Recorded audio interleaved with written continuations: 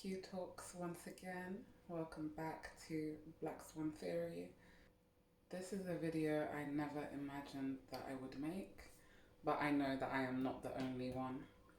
Today I want to talk openly about why I chose not to become a caretaker for my mother as she approached the end of her life. So, caregiving is something that is often assumed in black and brown families or families of cultural obligation, right? But just because something is assumed doesn't mean that it is right. We know that. We know that we are here to break generational curses, right? Which means that we are here to change the cycle. We end the cycle. And oftentimes a big part of that is stepping outside of the norm, stepping outside of what is expected or obligations that have been placed upon us that do not resonate with who we are or where we are going in life. Saying no doesn't mean that you don't love them.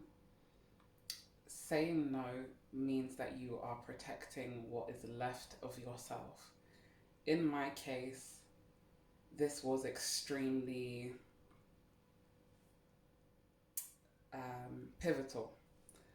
I could not continue pretending that I had anything to give when giving from an empty place was destroying me and it was turning me into somebody that I did not recognize. The emotional labor of being the strong one in the family is something that can quietly destroy your mental and physical well being. Because even if you aren't processing these emotions mentally, you're not dealing with it emotionally, believe that it is having a physical toll on you to have tension, stress, frustration in the body that you cannot express, that you do not have a space for, that you cannot take a break from. It impacts you. The expectation for me to be the carer of my mother came around and came about extremely suddenly. It also came about at a point in my life where I had already broken down because this was after I chose to leave the career that I was in because of the sheer burnout that I was experiencing and because of just how disconnected from myself I was, how depleted I was on so many levels. Now, my relationship with my mother was always somewhat strained, and as healthy as I attempted to make it, there was still some codependency and enmeshment that simply was not okay. In many ways, I had to grow up very quickly and fulfill the areas in which my mother was not able to provide for me. And this was in multiple areas. Not to any fault of her own, but simply because when you know better, you do better. And when you don't know better, you cannot do better, right? So this was something that I had realized. I had done my best to guide and advise her, and me and her had multiple decisions about how ultimately our lives were never going to be on the same path. We were going to go separate ways um, sooner, if not later. So when my mother had chosen to retire to a different country and move, and I was now carrying on with my life, doing what I could to build up my own self. You can imagine how shocked I was when she suddenly returned to where I was living extremely unwell and a woman that I did not recognize. I could go into a lot of detail, but a lot of it is honestly quite emotional and not necessarily relevant. This isn't about you feeling sorry for me. This is about us relating to each other and you realizing that you aren't alone in some of the choices that you make. For me, realizing that I had to choose my own peace, my own well being over obligation was terrifying. It was also liberating, but it was the hardest choice that I had to make because it went against what I was being told was correct, and it also went against my desire to be able to do and give more despite not being able to.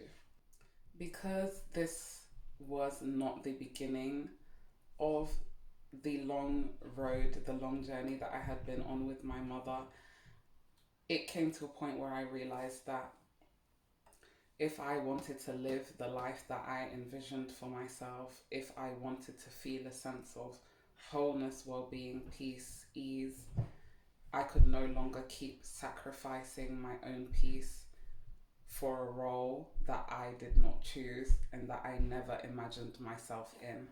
Making that choice, having that discussion with my mother, realizing that I could no longer keep choosing for somebody who did not know what to choose for themselves, who did not know what they ultimately wanted, and them putting their life and their circumstances on pause, on hold, was subsequently doing the same thing to me.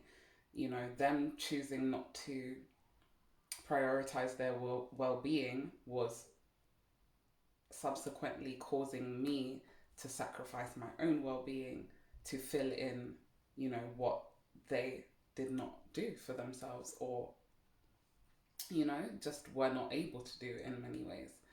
And I have other siblings as well, so I don't want you guys to think it was just me. This is what made it even more difficult because I am the youngest daughter, and I just didn't expect to be put in the circumstance that I was put in, and for the people that I thought that would be there to show such a lack of regard initially.